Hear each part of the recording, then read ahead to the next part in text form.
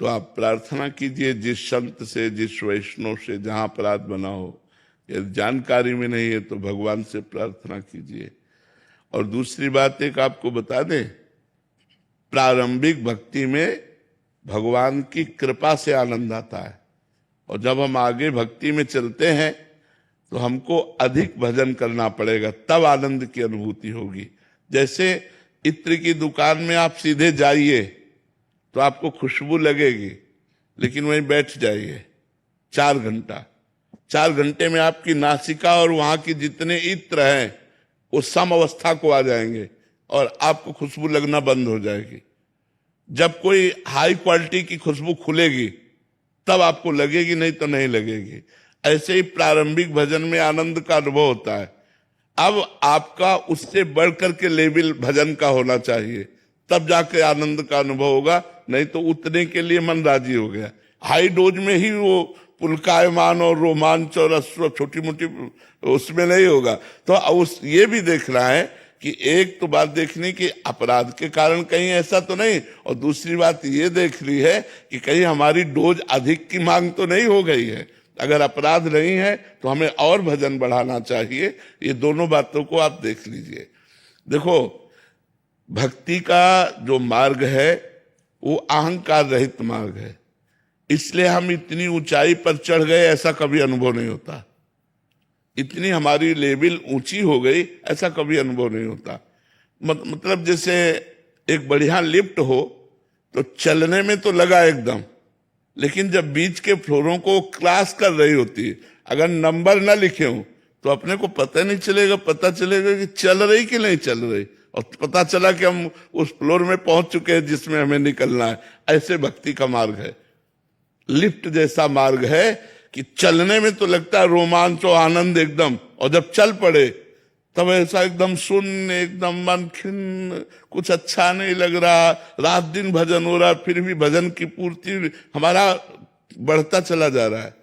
जो हमारी आंतरिक आध्यात्मिक उन्नति होती चली जा रही, और वो गिड़गिड़ा रहा है, वो रो रहा है कि हमसे भजन नहीं बन रहा, हमसे।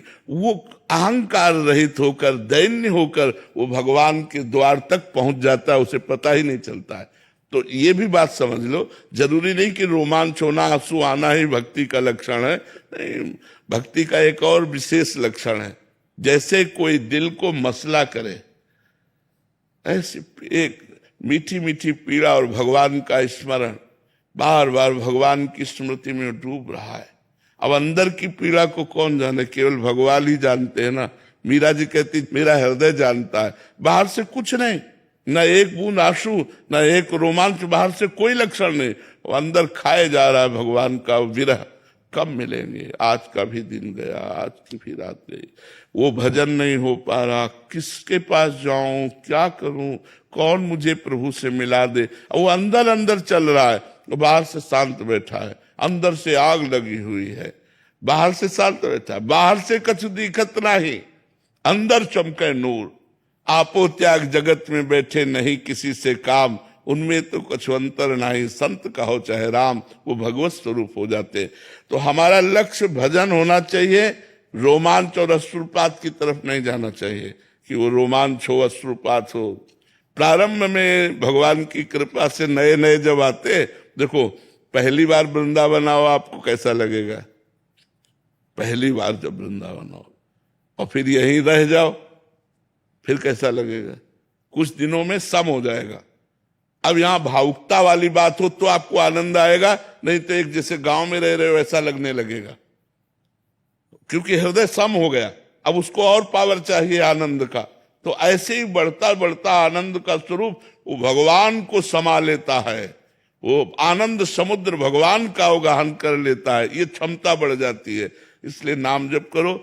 अगर हाँ कोई अपराध बन गया तो क्षमा याचना करो, नहीं तो भजन में अगर रति है तो कोई अपराध नहीं बना, अगर भजन में विघ्न है तब तो अपराध बन गया। फिर देख लीजिए गुरुदेव भगवान, मन बहुत विचलित करता है। जिन क्रियाओं से हम बचना चाहते हैं वो गृहस्थ जीवन में उन क्रियाओं में उतरना ही पड़ता है, चिंतन बिगड़ जाता है। महाराज जी बचने का प्रयास भी बहुत करते हैं, बट ऐसा कोई बल नहीं है जो हम बच पाए। महाराज जी ऐसे में मतलब भगवान का बल, मेरे बल श्री वृंदावन रानी,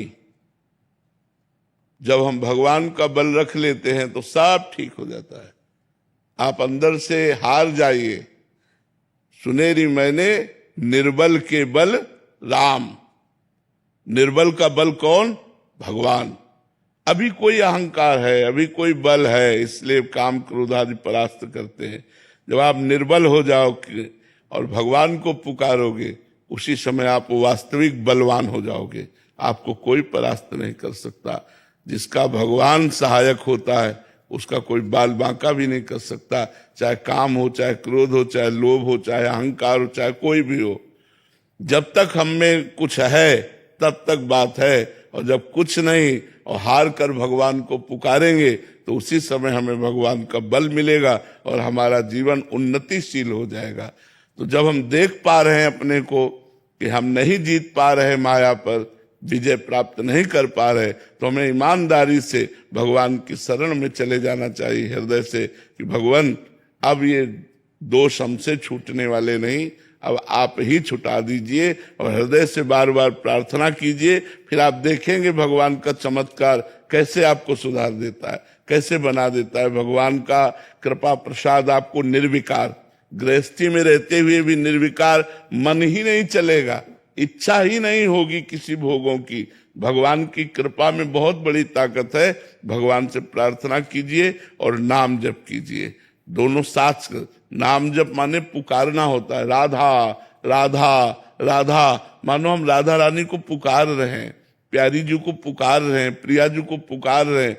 तो जिसका नाम पुकारा जाता है वो जरूर हमारी तरफ देखता है, और जिस दिन वो हमारी तरफ देख ले हम निहाल हो जाएंगे। इसलिए हमें नाम जप करना चाहिए और प्रार्थना करनी चाहिए। श्री हरिवंश महाराज जी, महाराज जी, श्री जी कृपा से हम दोनों पति पत्नी भगवत मार्ग के पथिक हैं, फिर भी महाराज जी मन बार बार संसार के मुंह में भागता है। हम एक और उनकी ओर जुड़ना चाहते हैं और दूसरी ओर संसार छूटता नहीं है। महाराज जी ऐसे में कैसे दोनों का समावेश? एक बार भगवत ऋषिक जी महाराज बड़े सिद्ध संत हुए, अपने गुरुदेव से जाके कहा कि प्रभु ये काम सताता है, ये कब नष्ट होगा? और ये बहुत ऊंचे तक रहता है काम। काम ही बंधन है। काम का मतलब केवल एक इंद्रिय विलासिता नहीं है, हर कामना का नाम काम है। कोई भी कामना, तो कामना का नाम ही काम है। तो उन्होंने कहा एक करवा ले आओ, वो रखा है तो करवा ले आए। बोले देखो इसमें कहीं तेल तो नहीं दिखाई देता? बोले नहीं। बोले इसमें कुछ समय पहले तेल भरा गया था और हमने बहुत बार इसको धोया है, देखो कहीं तेल नहीं दिखाई देता। और जहां पानी भरा तो उसमें दिखाई देने लगा। फिर उस करवा को उठाया और रोटी जहां बनी थी उस आग में रख दिया, और थोड़ी देर के बाद निकाला, फिर पानी भरा, फिर तेल नहीं आया। तो बोले जब तक तपाया नहीं जाएगा, तप नहीं होगा, तब तक देखो इसमें तेल जैसे उछल आया, ऐसे ही हृदय में काम उत्पन्न हो जाता है। जब तपस्या के द्वारा वासना को भस्म कर दिया जाता है तब काम नहीं उत्पन्न होता। तो नाम जप करो, थोड़ा भोजन करो, भगवान के चरित्र सुनो, सत्संग सुनो, और दूरी बना के रखो संसार से। तो धीरे धीरे धीरे धीरे मन वो वैराग्यवान होकर, जो जलन होती भजन करने से, वही तप है, उसे सह जाओ चुपचाप। उसको सह गए तो सब विकार नष्ट हो जाएंगे। पर ये आज नहीं नष्ट हो जाएंगे, समय लगेगा, लंबा समय लगेगा। ऐसा सोचो साल 2 साल माला घुमा लिया तो हम काम विजयी हम काम विजयी हो जाएंगे। तो भगवान की धीरे धीरे जब कृपा होती है तब इनका समन होता है। नहीं ये छोटे मोटे शत्रु नहीं है कि साल 2 साल माला घुमाई बोले काम विजयी हो गए, क्रोध विजयी हो गए। बहुत एक कठिन विषय है, बहुत कठिन विषय है। राधे राधे महाराज जी। महाराज जी आप अपने सत्संग में कहते हैं कि झूठ बोलने वाला व्यक्ति कभी सुख ही नहीं रह सकता, लेकिन मैं जिंदगी में हमेशा सच के रास्ते पर चली हूं, हमेशा ईमानदारी से नौकरी की, फिर भी मेरे ऑफिस में कर्मचारियों द्वारा मुझे तिरस्कार या झूठे आरोप लगाए जाते हैं। इससे क्या फर्क पड़ता है?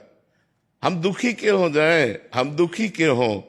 अगर कोई हमारा अपमान करता है तो हमें ये देखना है कि इसमें हमारी गलती तो नहीं है। यदि हमारी गलती नहीं है तो हम उसे स्वीकार नहीं करते, मुस्कुरा के चल देते। तो सत्यवान कभी ये दिखाई देता है कि उसके सामने समस्याएं रहती है, पर वो वास्तविक समस्याओं को चीरते हुए आगे निकल जाएगा। और झूठ थोड़ी देर अच्छा लगता है कि समस्या का समाधान हो गया, लेकिन झूठ का परिणाम जब निकलेगा तब वो बहुत गलत निकलेगा। सत्य के परिणाम में बहुत सुख है, लेकिन चलने में समस्या है। झूठ के परिणाम में बड़ा दुख है, लेकिन चलने में सुविधा है। आप हमारी बात को समझिए। झूठ को कितना सजा करके रख सकते हो आप, लेकिन उसका परिणाम दुखद होगा। सत्य को आप सजा नहीं सकते। सत्य को, वो सीधा बात होती है जी, ऐसे से ऐसा ऐसा सत्य जो बोला, तो सत्यवान के पीछे ज्यादा लोग नहीं चलते, झूठ के पीछे बहुत लोग रहते हैं। झूठ का आश्रय बहुत लोग लिए हुए हैं। और इसीलिए गोस्वामी तुलसीदास जी ने लिखा कि कलिकाल में इसकी बाहुल्यता होगी। झूठा ही लेना, झूठा ही देना, झूठा ही भोजन, झूठ चबेला, गोस्वामी जी ने लिखा है।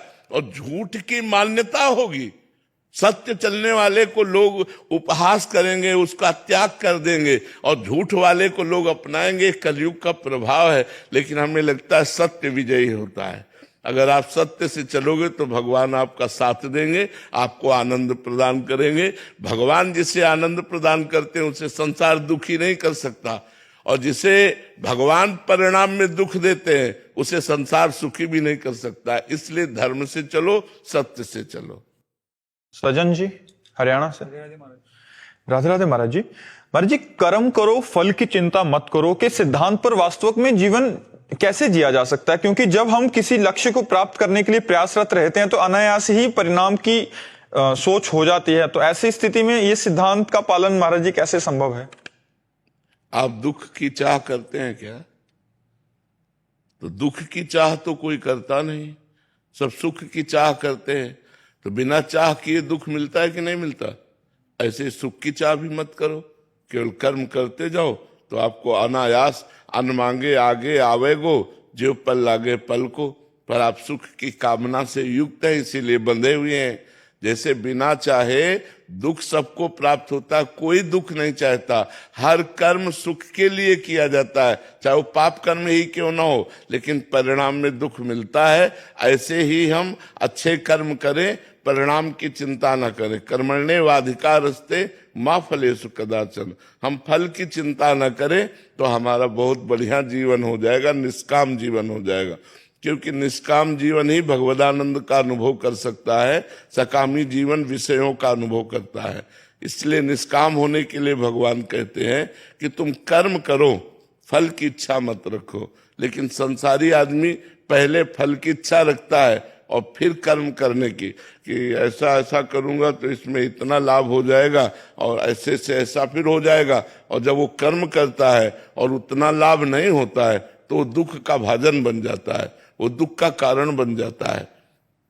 दुख सुख हमारी मान्यता है।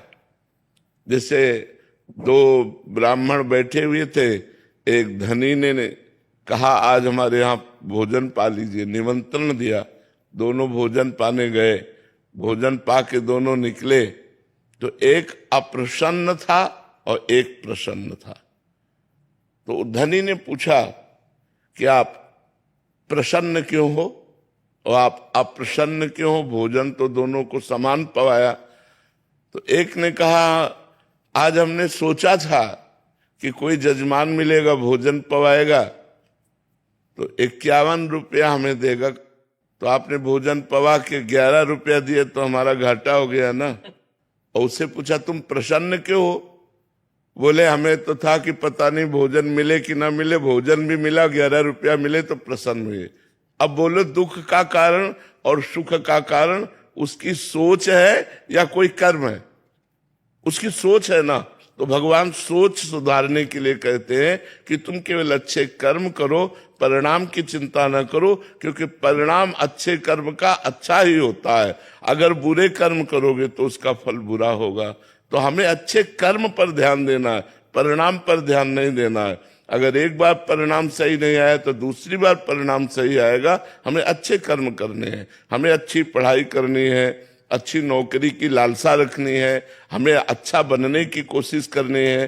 तो ये कर्म करने के लिए भगवान तो आदेश कर रहे हैं। लेकिन फल की आकांक्षा पर, जैसे आप बहुत प्रयत्न करके पढ़ाई अच्छी की, और फेल हो गए कुछ नंबरों से तो आपको निराश नहीं होना, आपको अगले वर्ष और अच्छा पढ़ना है। और जो केवल फल की आकांक्षा रखते हैं फिर उसकी सोच लेते हैं, चाहे व्यापार हो, चाहे नौकरी हो, चाहे किसानी हो, चाहे जो भी हो, केवल फल की आकांक्षा रखते हैं और वो प्रवीण बुद्धि के नहीं होते। तो जहां रिजल्ट सामने असफलता आई, हार आई, पराजय हुई या फेल हो गए तो फिर वो अपने को बहुत कोसने लगते हैं, निगेटिव विचार इतना बढ़ जाता है कि फिर उसकी सोचने लगते हैं।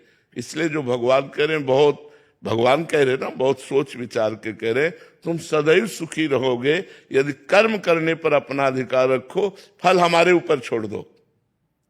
फल के लिए कहा सुख दुखे समय कृत्वा लाभा लाभो जया जयो, सुख दुख में समान भाव रखो, लाभ हानि में समान भाव रखो, जय पराजय में समान भाव रखो और कर्म केवल करो तो तुम बहुत प्रवीण योद्धा हो जाओगे, तुम्हें माया परास्त नहीं कर पाएगी। और जब हम केवल सुख की आकांक्षा रखकर कर्म करते हैं और हमें वो नहीं मिलता तो अब निराश हो जाते हैं, उदास हो जाते हैं, हताश हो जाते हैं। और हमें कर्म करना ही पड़ेगा, हमें संघर्ष करना ही पड़ेगा, मनुष्य जीवन मिला है तो हम उत्साह पूर्वक हारने पर फिर प्रयास करके जीत जाए, ये भगवान कला सिखाते हैं।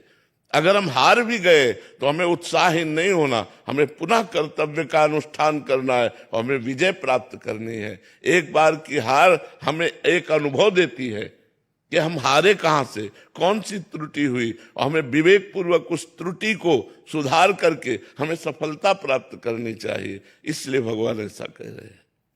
डॉक्टर विवेकानंदा मुखर्जी। राधे राधे महाराज जी। महाराज जी, दुख को शक्ति में बदलने के लिए क्या उपाय है? महाराज जी कह रहे हैं कि इनकी एक बेटी थी, वो मतलब प्रभु को प्यारी हो गई, बट अभी हम ये भक्ति मार्ग में लगना चाहते हैं ताकि एक भजन से इसको काट पाए अंदर के शौक को।